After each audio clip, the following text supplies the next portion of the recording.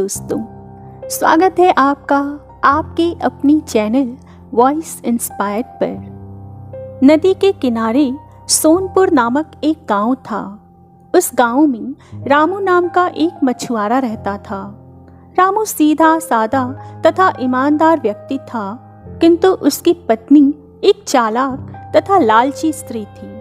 रामू की आयु लगभग 50 साल की थी, किंतु दारिद्र्य तथा चिंता ने उसे समय से पहले ही बूढ़ा बना दिया था। रामू सुबह मुंह अंधेरे उठकर जाल लेकर नदी की ओर निकल जाता और शाम ढले वापस आता। वह सारा दिन नदी में जाल डाले बैठा रहता। उसके पास शाम होने तक कुछ मछलियां इकट्ठी हो जाती, जिन्हें बेचकर वह अपनी गृहस्थी की गाड़ी खींचता रहता। किंतु रामू फिर भी प्रसन्न रहता और 2 वक्त की रूखी सूखी मिल जाने के लिए ईश्वर का धन्यवाद करता। उसकी स्त्री लच्छो लालची प्रवृत्ति के होने के कारण रात दिन उसको ताने ही देती रहती थी, और रामू चाहे जितनी मछलियां ले आए वह कभी खुश नहीं होती थी। एक दिन रामू को हल्का सा बुखार था, फिर भी वह 2 बार नदी पर हो आया, किंतु उसके हाथ एक भी मछली नहीं लगी थी। इसलिए आया था उसकी स्त्री ने नाक में दम कर रखा था।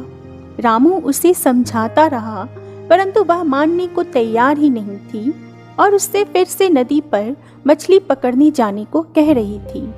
अंततः उसे फिर से नदी पर जाना ही पड़ा। वह बहुत देर तक नदी में जाल डाले बैठा रहा, किंतु इस बार भी कोई मछली नहीं फंसी। निराश होकर वह जाल खींचने ही वाला था कि उसे अपनी जाल पर कुछ भारी सा प्रतीत हुआ। उसने जल्दी जल्दी उसे खींच लिया।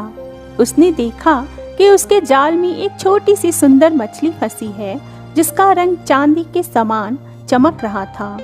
मछुआरे को उस मछली पर बड़ा प्यार आया और उसे जाल में से निकालकर प्रेम पूर्वक निकालकर उसकी पीठ पर वह हाथ फेरने लगा।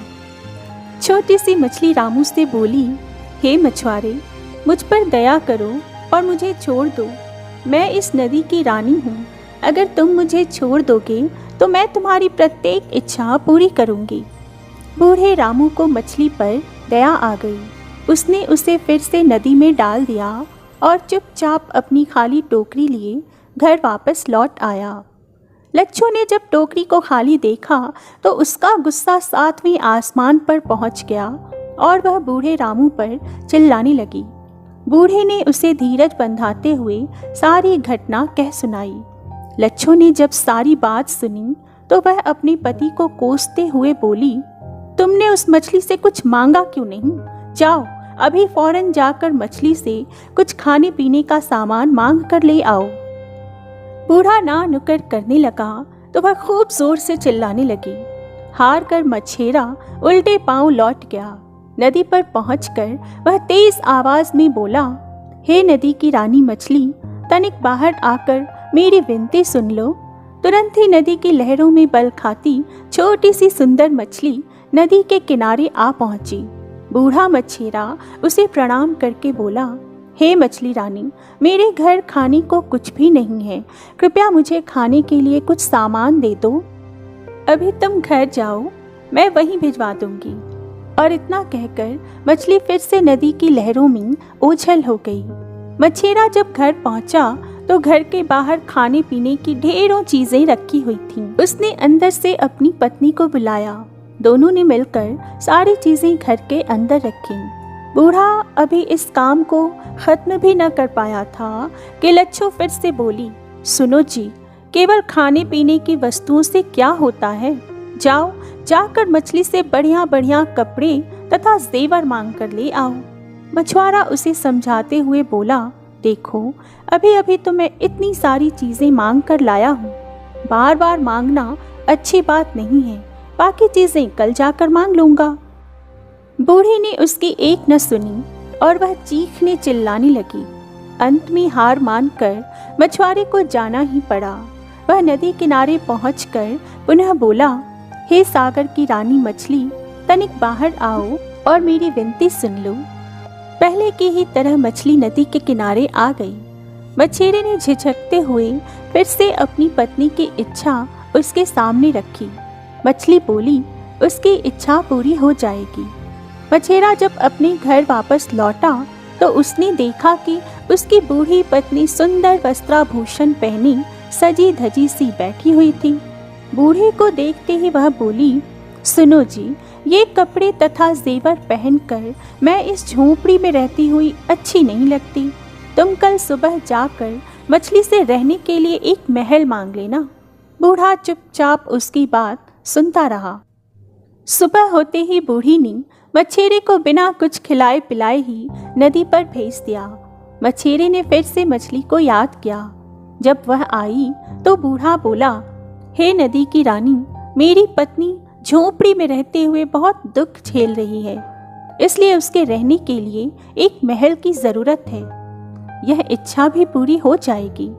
और इतना कहकर मछली नदी की लहरों में ओझल हो गई।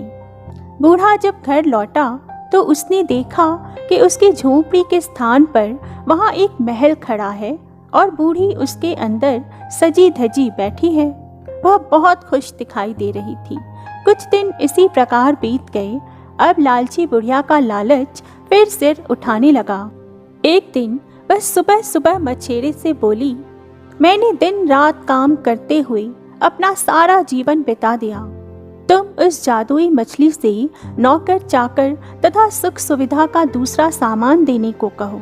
बूढ़े ने उसे समझाने का प्रयत्न किया, किंतु बूढ़ी तो लालच में अंधी हो गई थी। उसने मछुआरे की एक भी ना सुनी। मजबूर होकर मछेरा पुनः नदी की ओर चल दिया। वहां पहुंचकर उसने जादुई मछली के सामने अपनी इच्छा रखी। मछली मुस्कुराकर उसकी दृष्टि से ओझल हो गई। मछेरा जब लौटकर वापस आया तो उसने देखा कि उसकी पत्नी सजी धजी बैठी हुई है और उसके चारों ओर नौकर चाकर दास दासियां हाथ बांधे खड़े हैं। एक दिन बुढ़िया सुबह सुबह बूढ़े से लड़ने झगड़ने लगी। वह चाह रही थी कि मछेरा मछली से उसे पूरी पृथ्वी की महारानी बनाने को कहे। जब वह किसी तरह नहीं माना तो बूढ़ी क्रोध में अपना आपा खो बैठी और नौकरों द्वारा बूढ़े को मार पीट कर घर से निकाल दिया। बेचारा बूढ़ा किसी प्रकार रोता कांपता नदी के किनारे पहुंचा। उसने जादुई मछली को फिर से याद किया। किनारे पर आते ही जादुई मछली ने पूछा, कहो बूढ़े मछेरे, अब तुम्हारी स्त्री को किस चीज की इच्छा है?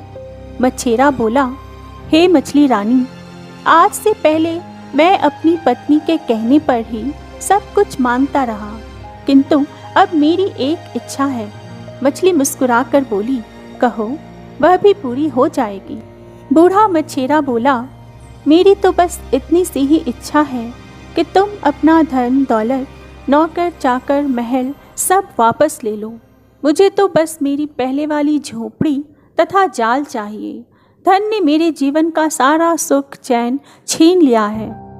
मछली बोली, ठीक है, यदि तुम्हारी यही इच्छा है तो ऐसा ही होगा। वह अपने घर लौट आया। उसने देखा कि महल के स्थान पर टूटा फूटा सामान पड़ा है तथा झोपड़ी के अंदर बुढ़िया सोई पड़ी है। मछेरे ने उसे जगाया तो वह आंखें मलती हुई उठ बैठी। वह आश्चर्यचकित होकर अपनी चारों ओर देखने लगी।